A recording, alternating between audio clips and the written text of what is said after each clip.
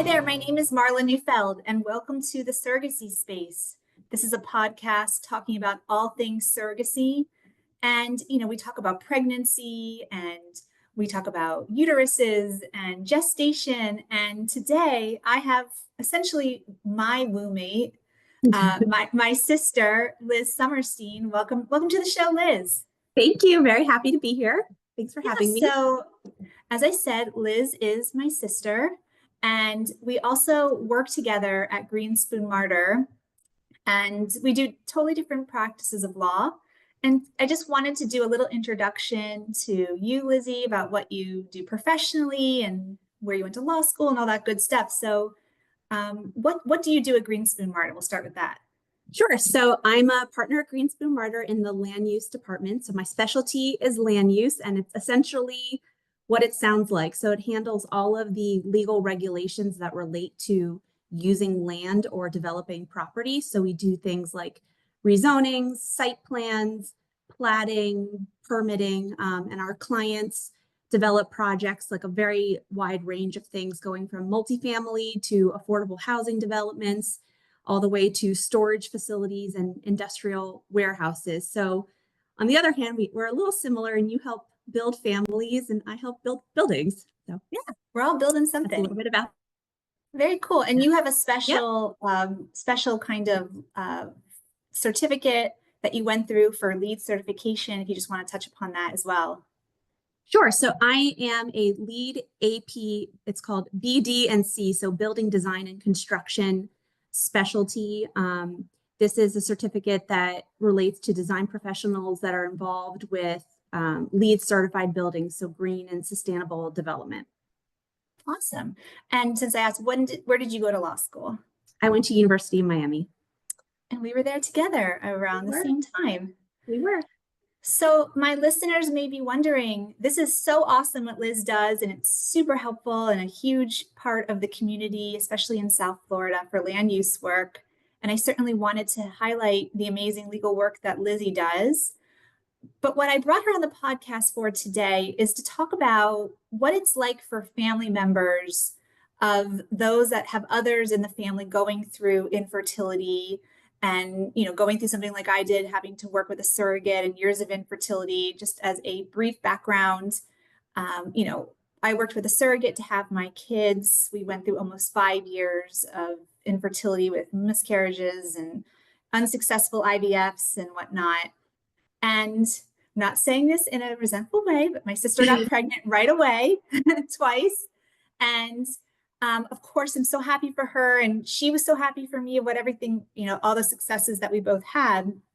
But there's definitely challenges within the family context of when people are going through different stages of family building and having difficulty or not. So I thought, Liz, we could just talk a little bit about that, your experience with it, and kind of go from there.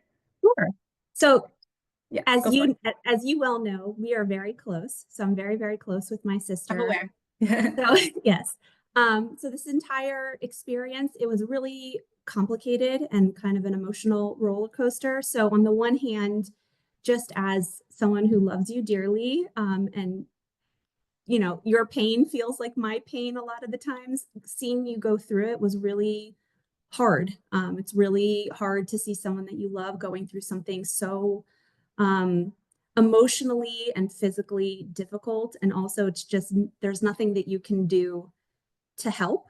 And so on top of being sad for you, it also made me sad. But then there's like that interesting layer of, you don't want to take like the sadness that I was feeling and putting it back on you, because that just adds to your stress. So it was like a difficult balance of trying to figure out how to support you. And then there's a lot of times where I would talk to mom, where we would just vent our sadness to each other without, putting that on you and making you feel worse. And then, it got complicated because obviously you were trying for many, many years. And at a certain point, I wanted to start my family.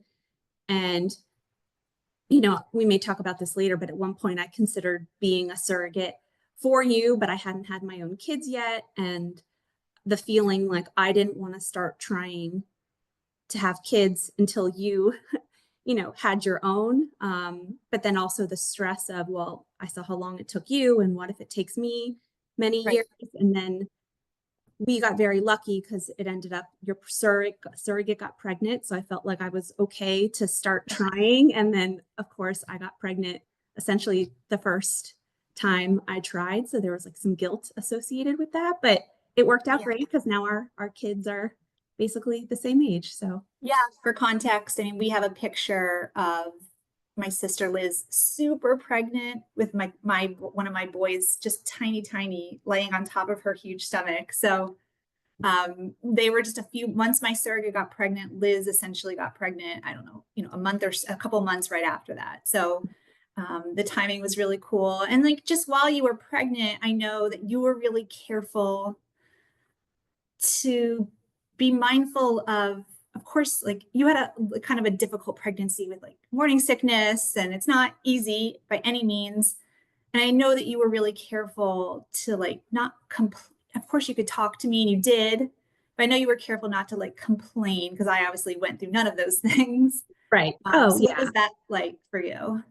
Well, it's a sensitive thing, I think you have to be aware of it because at a certain point I had to realize like the things that I was dealing with were a privilege and that you would have loved to have been, as sick as I was essentially, because I had morning. In a weird way, but yeah. Right. And again, we work at the same firm, so our offices at the time were next to each other. So there were times where like you saw it was difficult to get through the day essentially. But I tried to just keep that to myself a little because I just didn't want to upset you. Because I know even though you were excited that the babies were coming, it still was hard that you weren't the one to be pregnant. So I was just very mindful of not, even the good things about it, just Right.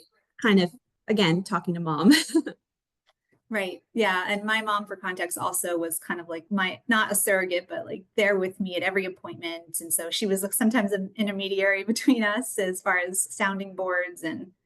Um, but yeah, I mean, were there certain things you tried like not to say or do like Well, I when, definitely tried not to complain around you because I know that even the things that were bothering me the most, like, it hurt my feet or I was nauseous or anything like that, that you really wanted to experience that. And then even just some of the exciting things, like when my oldest son, which was the pregnancy at this time, when he started kicking and I could feel him moving and everything, I tried to not be overly like, this is so magical and exciting around you because I just felt, it was hard.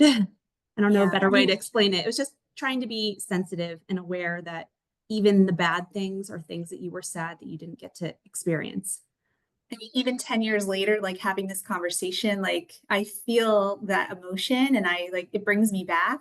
Yeah, I obviously we're always there for each other and I really appreciate everything you did. And obviously, I was like so happy for you. I And know. just it's just hard. It's just a hard thing for everyone. And to the point where I was going to talk about this later, but there's so many resources for this like family kind of stress that can be added on when someone's going through infertility because it's just so delicate.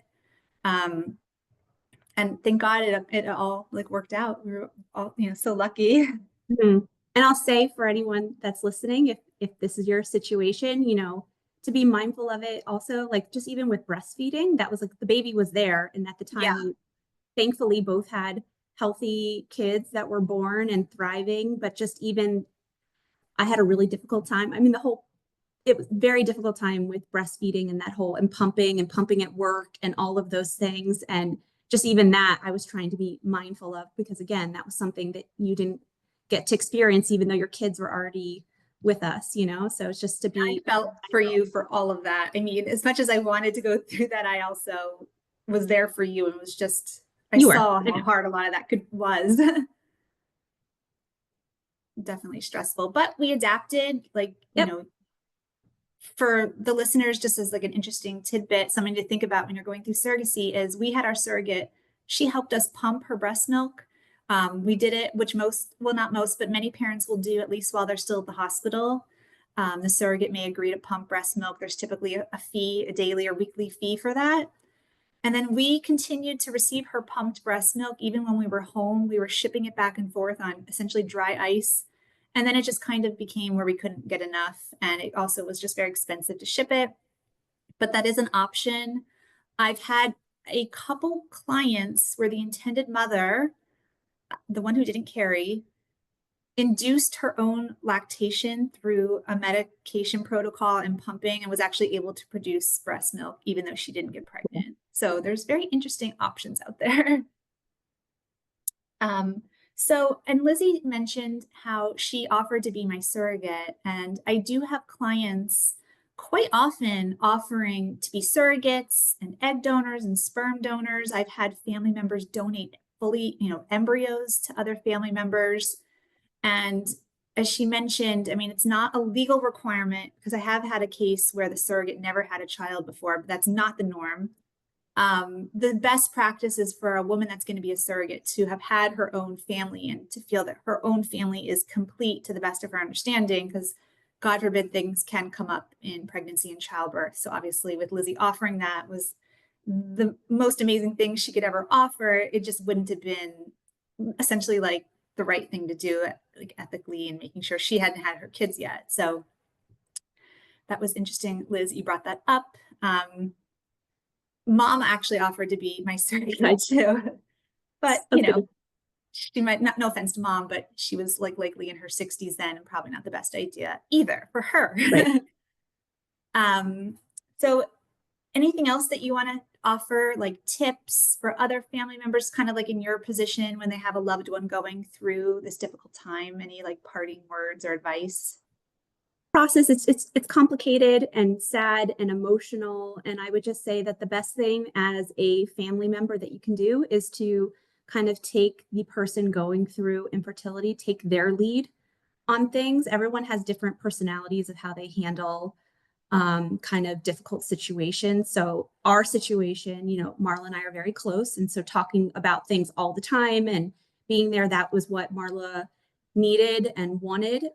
But I would just say to take the lead of the person going through it, because it is really personal. And even if they don't talk about it, just being associated with Marla, I know that when you're going through infertility, this is what you're thinking about every second of the day. Every time someone posts a picture of their kids on Halloween, or you get a baby shower invite or thing, they're thinking of it. And there's not a treatment or diet or exercise or stress relieving routine that they haven't thought about doing or trying. So I would just really be sensitive to Side note, what they're wanting to support. Sorry to interrupt. You also supported me in all of my endless things. I tried to only eat room temperature foods, no gluten, and you like made sure to help me with all those things. So yes, that's my general advice, is to just not impose your, like my own, the family member's own sadness or stress or how they would handle it onto the other person, just to kind of take their lead and just to be there to support them how they, want. Yeah, I think that's really, really great advice. And you know how much I love you and I appreciate everything you do. And I think just like what we both went through collectively shaped us in a way that we can be mindful for others. And, and I think this podcast will really help, knowing that infertility affects so many within a circle. And it's okay to feel sad. It's okay to have these like difficult feelings because it's just part of it. But the best you can do is be mindful and, like you said, be aware of the person that you're helping. And I think that's really, really good advice. So thank you, Lizzie. You're welcome. I just want to mention for our listeners, as I said, there are really incredible resources out there for helping with infertility. As a start, there is counseling available through mental health professionals that focus specifically on third-party reproduction and fertility. So I think that's a great resource, working with someone that is experienced in this field specifically to help. And there's an organization called Resolve, and we'll share it in the show notes. But Resolve it's the National Infertility Association, and they have an entire like part of their website for resources for infertility within the family, has myths and facts, and when articles about when infertility strikes families. So I think that would be a great resource to check out as well, because until this impacts your family, it's like you don't mean the harm by saying certain things like, "Oh, just relax, you'll get pregnant," like that. But it's super triggering for the person hearing that. Yeah. Yeah, I think that's just a great resource that I wanted to share. And if anybody ever has land use needs in South Florida, call Liz Yeah, Somerstein. we're always She's here. amazing. She's amazing. She's super smart, beautiful, the best sister. Oh, And thank you. I really appreciate you joining me on the show today. And thank you for everything you do. And I hope this helps other listeners who have family members going through infertility. Agreed. All of the above. Thanks for having me. And I hope that this helps somebody. Thanks, sis. Thank you.